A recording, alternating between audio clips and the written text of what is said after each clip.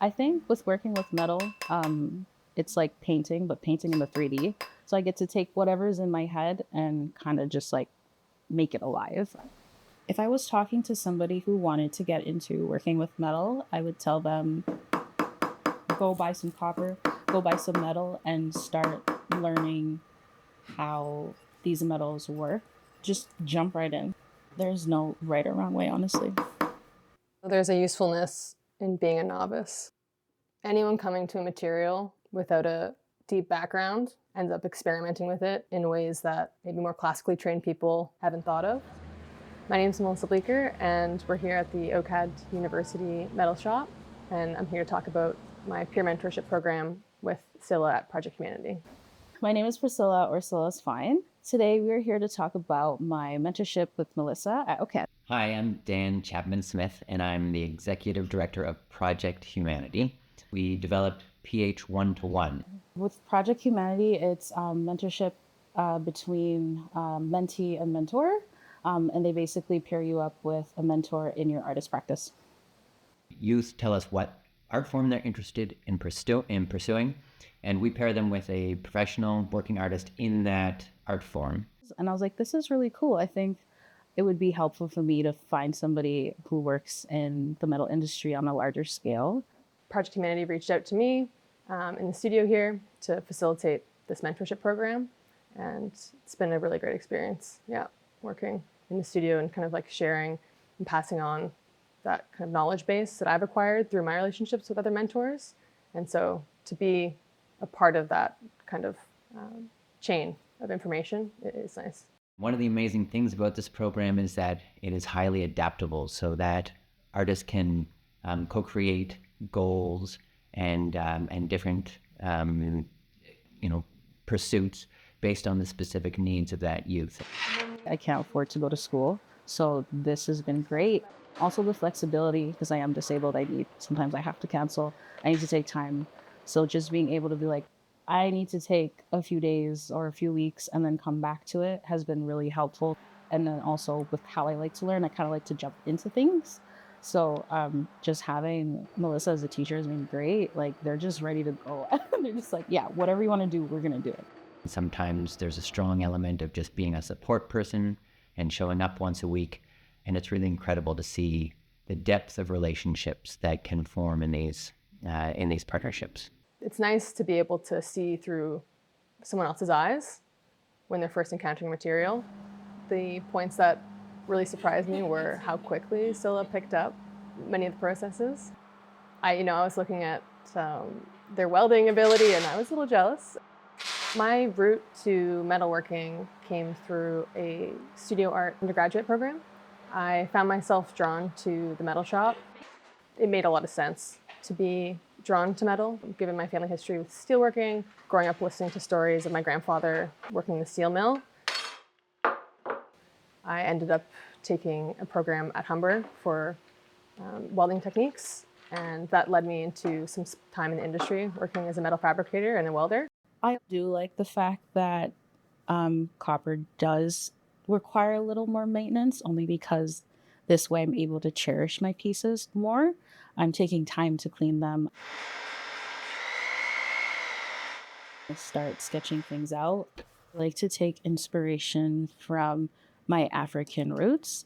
This way I'm able to connect with the stories and folk tales and the things that I have learned and be able to kind of piece together history and where I've come from and my background. With that being said, I also want to be intentional with how I do speak on history. Because of slavery and colonization, history isn't always told properly. I also like to not always follow the rules because I think that is really fun when it comes to creating. Even though there are particular steps that you must follow, I still try to break those rules. For me, something I think about a lot is the apparent permanence of metal.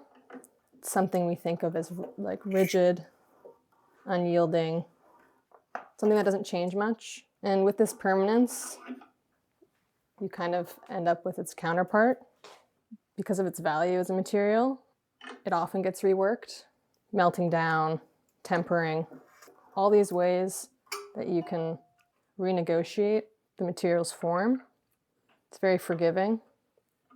I've been in shops before, but I haven't been in like a metal shop like this with this much equipment. Like the plasma cutter, like I had no idea about that before. So there was a lot of like new things. I started with research and kind of like self-taught myself how to make jewelry and work on a smaller scale with metal. I've been using like YouTube, just like research. I have joined a lot of Facebook groups in the metal community, which has been beyond helpful. There's so much knowledge on there. The artist can be a really incredible gateway and access point for youth to connect to other artistic opportunities and communities that are related to their own interests. These spaces are not, are typically male dominated, not always accommodating or inviting to other kinds of people. That is definitely, I think, a failure of many kind of trade environments. Working as a welder or applying to metal fabrication jobs in industry, I've been told, this is a man's job. You can't participate in this work. Even right now, it's hard to find a space where I can work, like even just like ventilation, like somewhere I can work out of. I'm hoping that the more visibility there is and the more people who are getting into these spaces and who are different and are kind of approaching things differently, just having those people there to be able to guide other people to come in. When you see someone in that role, you kind of can picture yourself in it. I would say the biggest things that have been a barrier for me is just dealing with chronic pain and being disabled. So that's been a little frustrating. I should be producing, I should be working, I should be like, it's always that in my head. Even with just being dyslexic, like sometimes I got it and then sometimes I completely don't. Measurements, words, things like that, even just like grasping information sometimes. I kind of learned to kind of cope and adapt with it. I have a digital ruler and like most of my things are digital, so measuring. So that's very helpful. Also, just like taking some time for myself to reflect on like what was said to me, like even just making notes on that. After sessions, I'll like record stuff on my phone to like kind of like put that information into my own words so that I can understand it and come back to it. Kind of making an archive for myself. People who have a good sense of the material, you can see it in the way that they move. There's kind of like almost a gentleness that happens. When you're metalworking, I think a lot of people are under the assumption that you're kind of brute force hitting things into place, but it's actually a very like delicate process.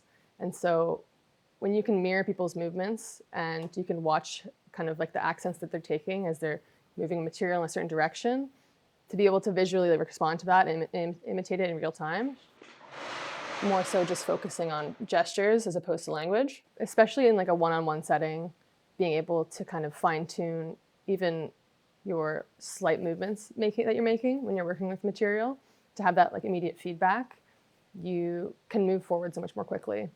Where I mostly like to grab inspiration from is water. There's always something happening in the water, especially live water. Once I finish a piece every time, I'm always just like, okay, I did that. I can't believe that it all worked out. And sometimes things don't work out and I have to pivot. And then I end up creating something I didn't even think I was going to create. I was interested in kind of hand forming this encasement around the outside through kind of patchwork.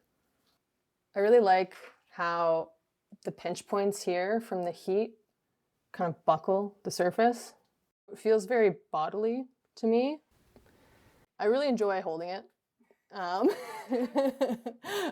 And then within the center, I have these everyday objects cast in iron.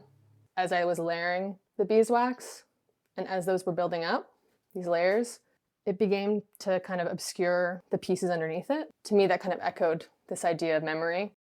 It's kind of amazing to see the movement of something that appears so rigid and immovable, and then seeing where my own hand can influence it. I'm pointing to something that lasts outside of maybe a human time frame. I'm a big dreamer. I love dreaming and I love making things happen. I would like to see my work on runways. I would like to install some work on the street, galleries, exhibit worldwide. Like, I want to be able to travel and bring my work with me, collaborating with other people, meeting different communities and how other people work with metal, I think would be really cool. I think that would be amazing. If I could say something to my younger self, I would probably emphasize the importance of persisting and just keep with a daily practice and carve out that space when it's possible. I would tell myself, do not put a limit on yourself and do not think that you can't do something. Be okay with having no experience. Do not think too hard about your equipment and do not think too hard about what your setup is like. Just start. Be okay with the learning process. Don't get too in your head. Give yourself some grace as well, because you will make mistakes and it will get frustrating. But the best thing is to just jump in and get to know what you're working with.